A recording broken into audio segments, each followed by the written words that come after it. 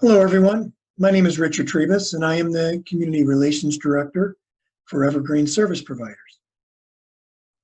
We've had some recent questions from families interested in learning more about adult waiver services, including SLS and DD waiver services, and also wanting to know how the family caregiver model compares to other residential service models. So we put together this webinar. Hope it's helpful. Let's get started. Today's webinar is intended to provide an overview of residential services in Colorado, with a particular focus on the family caregiver model. Persons with IDD or intellectual and developmental disabilities can apply for adult waiver services or transition directly to an adult waiver from one of the children's waivers.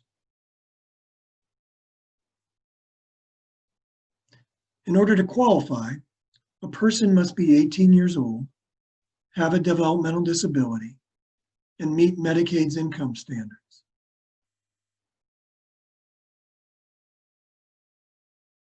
There are two adult waiver options: the Supported Living Services or SLS waiver, and the Developmentally Disabled or DD waiver. So let's briefly review the two waivers, and then we can spend a little more time unpacking the DD waiver and the various residential service models. So first, let's look at the SLS waiver. The SLS waiver is intended to provide supports to a person who may be more independent and does not require 24/7 care. Or it could also be for a person who may require 24/7 care, but is receiving that support from a family member as an unpaid caregiver.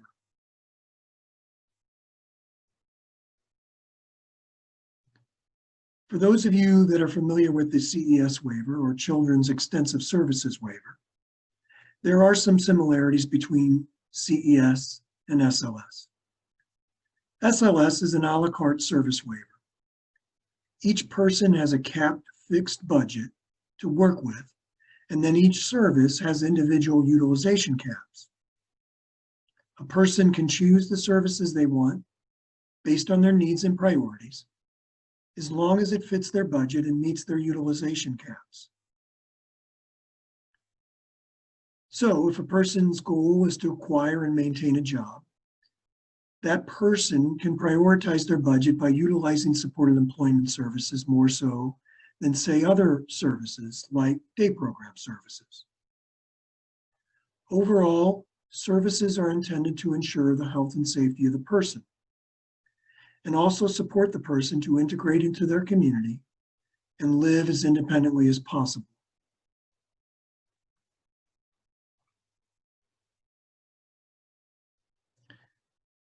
Okay, now let's switch our focus to the DD waiver. The DD waiver, also known as the comprehensive waiver, is a 24/7 residential services waiver. And persons on the DD waiver must need and receive residential services. However, unless they're transitioning from one of the children's waivers, Colorado does maintain a wait list to access DD waiver services. And currently, over 3,000 persons are on the wait list for DD services.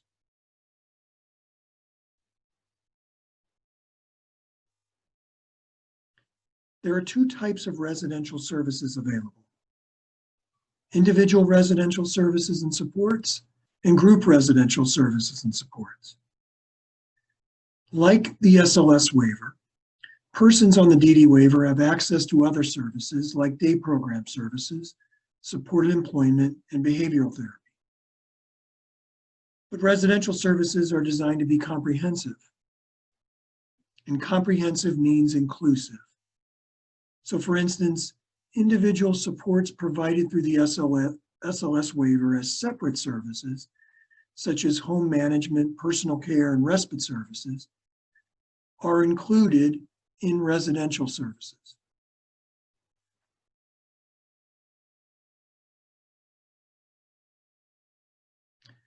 So let's now look at the two residential services and the various models, starting with group residential. Group residential is a traditional group home model. It's where you see 4 to 8 persons living together with on-site direct care staff. Some group homes have a service focus, like serving persons with behavioral intensive or medical intensive support needs. And many group homes have specialized staff and on-site nursing support.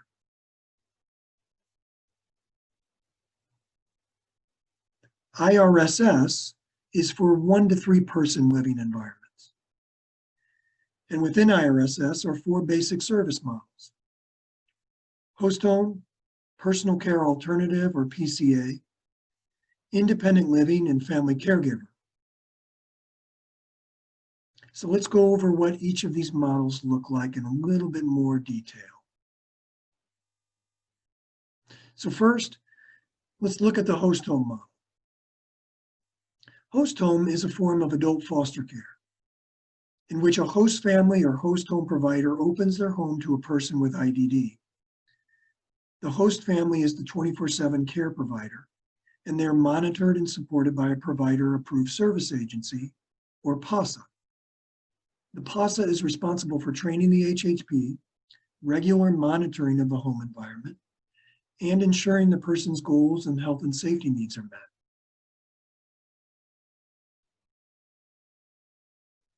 Now let's look at the PCA, or personal care alternative environment.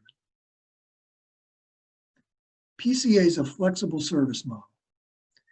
It could be a small group home with up to 3 persons and on-site 24/7 direct care support. It could be 1 person with IDD living in their own home or apartment with access to 24/7 on-call support. And a PCA could be a family caregiver situation where a person is living in their own home, receiving support from their family member.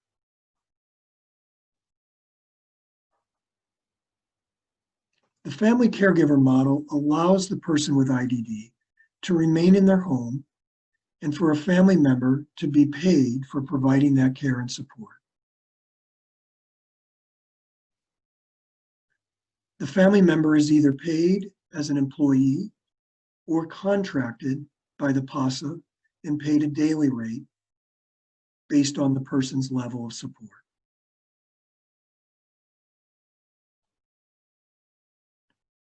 The PASA ensures that the family caregiver is fully trained, provides ongoing supervision and monitoring, and develops and supports the family caregiver to implement support plans and protocols. And if available and needed, the PASA will also provide nursing consultation and assistance with respite in the home. As for family caregivers, in addition to providing the direct care support, family caregivers are required to track and submit daily, weekly, and monthly documentation.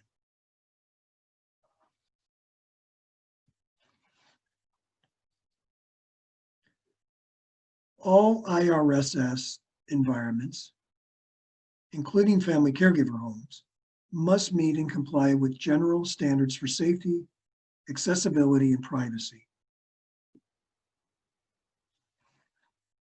And regardless of the chosen residential model, all service environments should be person-centered. Persons with IDD, like all adults, should be allowed to choose where they live and who they live with. And people should have the opportunity to be active in their community and pursue their personal interests and goals. To get started or learn more, you can contact your case manager or the community center board in your area.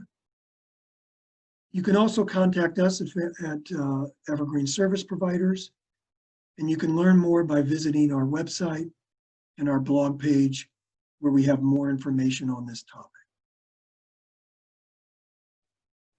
Lastly, I just wanted to give you a little bit more information about who we are at Evergreen. We're a small, nonprofit organization, very experienced service provider. Collectively, our team has over 75 years of experience supporting persons with IDD, and we specialize in and only provide residential services through host home and family caregiver models. We pride ourselves on cultivating and maintaining close relationships with the individuals we support and the host home providers and family caregivers we work with. Our goal is to support each person to find and choose the right residential setting to meet their needs, and to develop and maintain a competent, caring, and supportive home environment. We work closely with family caregivers and host home providers by providing 24/7 on-call support, nursing consultation and oversight, monthly home visits, and person-centered planning.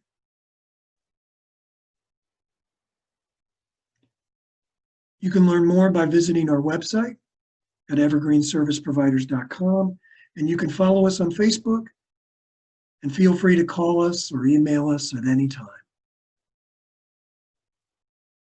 Okay, folks, thanks for tuning in.